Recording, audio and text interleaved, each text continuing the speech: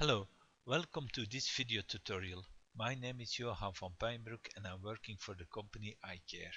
In this video tutorial I will show you what is new functionalities inside AMS Machinery Manager version 5.6. There is functionality added for the CSI2140, for the CSI9420, in the online software module, in the oil view software module, and for the support. First of all, let's start with the CSI2140. The vibration application has incorporated the capability to analyze the CSI2140 data. This data can come from route data, cross-channel data, orbit data, or transient data.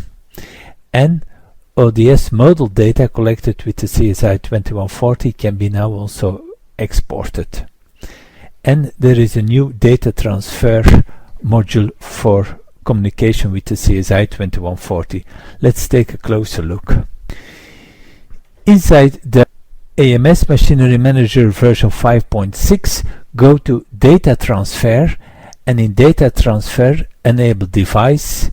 There is a list of all the devices where you can start communication with. So now in the list there is also the CSI2140. And now when you have the CSI2140, you can do the communication with the analyzer. Here on the right side you see the configuration of the communication with the CSI2140. This is complete similar to the communication with the CSI2130, with only one exception. There is now also a module to do wireless communication. Later on, a dedicated video tutorial will be compiled for the wireless communication between the AMS Machinery Manager version 5.6 and the CSI2140. We will now continue with the new wireless features. First, I will show the new Power Module Life estimator for the CSI9420 wireless vibration transmitter. The Power Module Life estimator shows the impact on the battery life from sending overall values as well as spectrum and waveforms. To open the Power Module Life estimator, go to the Modbus data import, select Config, right-click on the CSI9420 device in the device hierarchy of the data source configuration window and select Power Module Life Estimator. The Power Module Life shows the relative power module life in years. It is based on the below configuration options like update burst rate, LCD activation, update burst mode, storage settings of spectrum and waveforms for normal vibration, and peak view measurements on both sensors. By adjusting the slider bars and settings, you will be able to test various configurations and see its impact on the power module life. An example. Let's set update burst rate to 1 hour, LCD off, optimized update burst rate mode, waveform for standard vibration and peak view to once per month, thumbnail spectrum every day,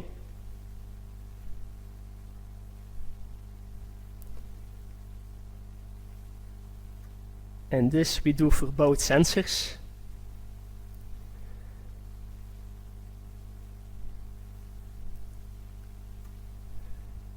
So we will end up with a total battery life of more than 6 years.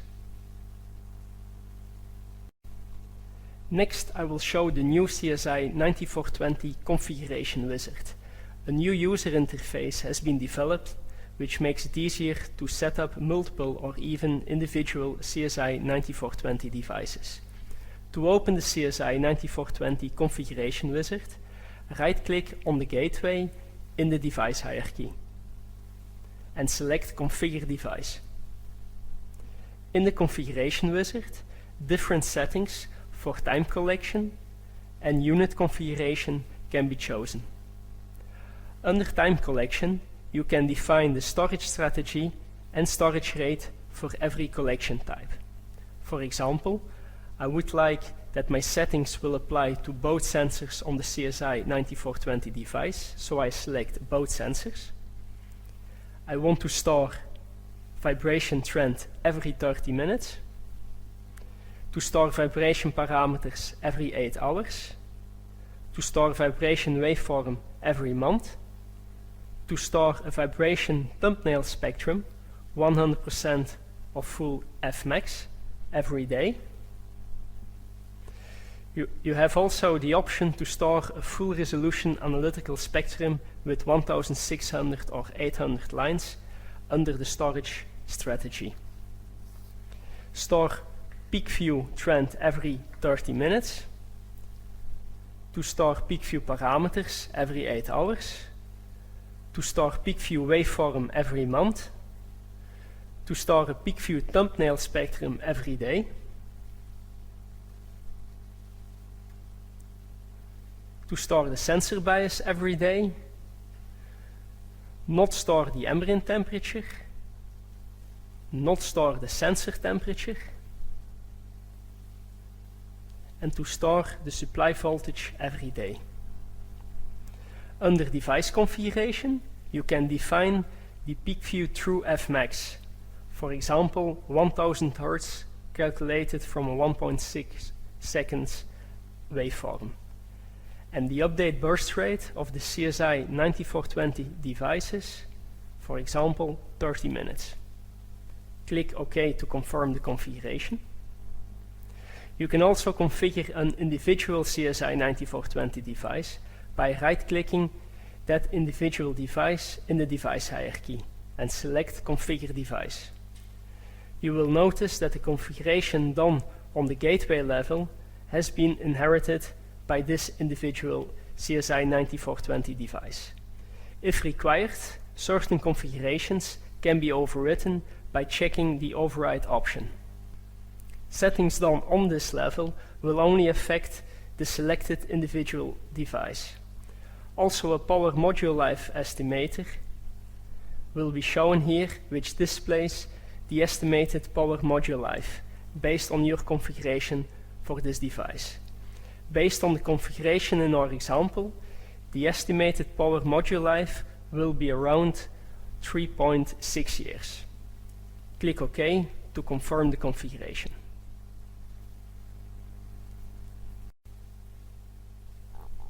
We will end the wireless section with the third new wireless feature, the CSI9420 Publishing Policy. To open the CSI9420 Publishing Policy configuration window, highlight the server level in the device hierarchy and select the CSI9420 Publishing Policy tab in the server window. In order to keep a user from accidentally clogging the airwaves with scheduled spectrum or waveform acquisitions, the CSI9420 Publishing Policy only allows a certain number of acquisitions per transmitter and per gateway in a certain period. How will this work? To activate, deactivate the CSI9420 Publishing Policy, check or uncheck Enable CSI9420 Publishing Policy. We will enable the CSI9420 Publishing Policy. Next, you need to know that acquisition of a scheduled high-resolution spectrum consumes 1 credit. An acquisition of a scheduled waveform consumes 2 credits. A spectrum will be calculated out of the waveform, so for 2 credits a waveform and the spectrum is provided. Now you can enter the gateway credits. This is the maximum number of credits per gateway in a certain period. The period is defined by the interval. In this case, the gateway credits are set to 32, and interval is set to 1 day. This means that a maximum of 32 spectra, or 16 waveforms, can be collected per gateway. If the maximum is reached, all other transmitters would have to wait to report data for the 24 hours period to elapse. The CSI9420 device credits is the maximum number of credits per CSI9420 device in a certain period. This period is defined by the interval. In this case, the device credits are set to 8. This means for a CSI2420 device with 2 sensors, it will be allowed to take a scheduled waveform for standard vibration and peak view on each of the 2 sensors. So 2 sensors times 2 collection types, standard vibration and peak view, times 2 credits for the waveform equals 8, which is the maximum device credits allowed. If the transmitter tries to collect scheduled data again, it will get an error message with a timestamp when the 24-hour period, as defined in the interval, is complete, so that it can again utilize up to 8 new data credits. You will note that I keep referring to scheduled data. This is because this publishing policy only applies to data that is collected on a time basis. So the transmitter could try to collect spectrum or waveform, and you could get the error message as the maximum credits is reached, but that does not stop you from initiating an on-demand measurement on the exact same transmitter for the spectrum or waveform. So if there is a critical situation and data is required on a specific machine right away, there is nothing that prevents or overrides the on-demand type of measurement. The CSI2420 device credit mode can be set to fixed or auto. Fixed mode will let you manually define the gateway and device credits.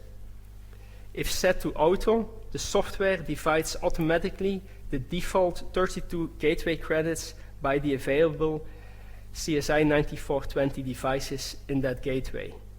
So for example, a 1420 gateway has 2 9420 devices, so 32 divided by 2 is 16. 16 would be the 9420 device credits. In this example, we will set the device credits mode to fixed. To confirm the settings, the apply button should be pushed. A message will appear to inform you to restart the CSI data import service on the server prior these settings will take effect. The CSI9420 publishing policy can also be configured for a specific gateway. In this case, highlight the gateway and select the CSI9420 publishing policy tab in the device window. The settings, which are inherited from the server level, can be overwritten if desired by checking the override option. In the online software, there are 4 new features. The 4 features are launching from Online Watch into the vibration application. There's a new start and stop button. In NetAdmin, view available database space and archiving and restarting an online database from a template. Let's take a closer look to those 4 modules. In the AMS Machinery Manager software version 5.6, go to Tools, Analysis, Online Watch. Now, from this part of the software, you can go immediately to the vibration analysis application. You can do it from 2 different locations. Location number 1 is if you open the area and you see your database tree and you select a measurement point, for example B2X, right click, Analyze. When you go now to the vibration analysis module, as you can see, the software is immediately to the same point and you can open it to analyze this point. So, and the second option, when we go back to Online Watch, when you open the hardware and you select, for example, point number 2, right click, Analyze, and also here, when you go back to vibration analysis, you jump immediately in the database tree to point number 2 and you can analyze this point.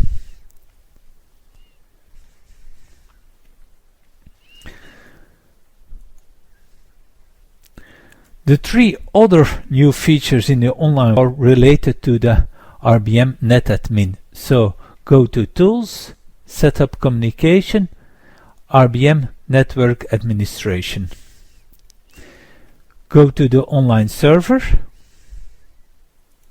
double click, and now you see that at this moment the data collection is active and there is a button to stop data collection. When data collection is stopped, you see here the label data collection is stopped, and you can start data collection by clicking this button. So start, stop are now two different buttons. Also at the same level, do a right click and database space. Here you see the size of the database used and what is free and how much % is free. If this number is low, there is now an easy way to make a copy. So select the database, do a right click and restart database. As soon as you choose Restart Database, it will stop automatically the current data collection, create a backup copy of the database to an archive folder, clears out the data, restart the collection, and no setup is lost.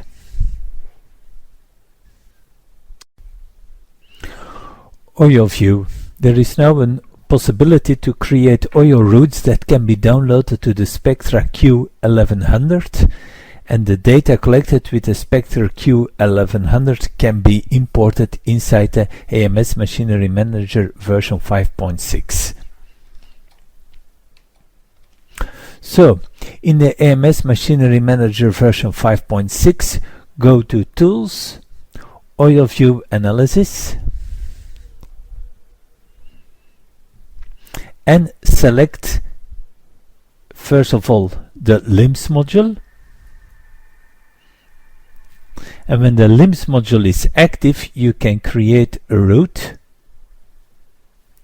So how does it work? Now there is an extra level here, routes, and with the right click you can add a route, and for example the name of the route is 6 months because you want to collect the samples every 6 months.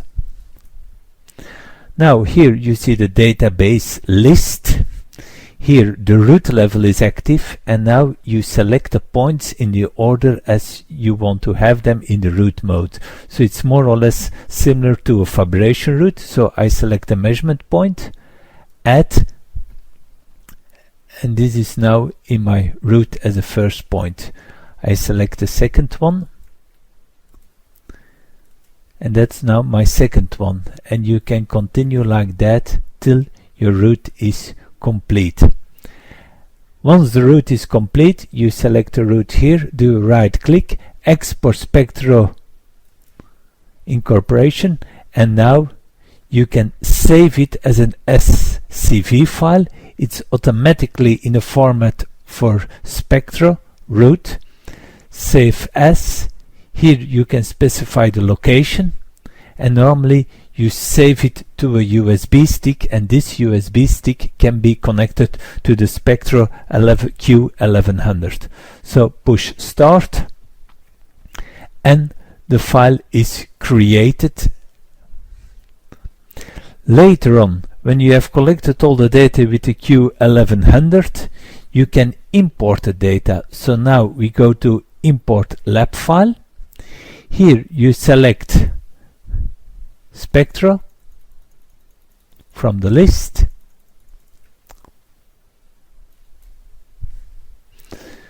You specify the location, so that's for example your USB drive with the Spectra data from the Q1100, and you push start to import the data.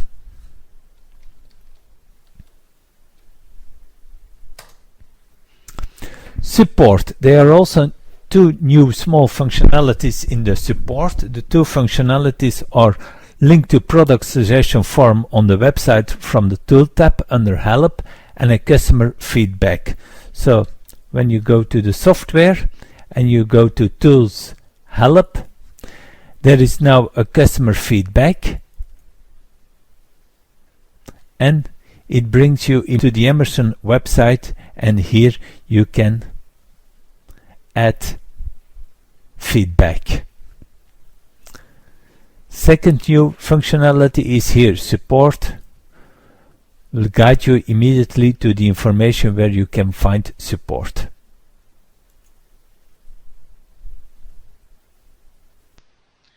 We are now at the end of this video tutorial. Thank you for watching this tutorial. For more information about iCare and our products, please visit our website or drop an email to one of the following emails. Thank you, have a nice day.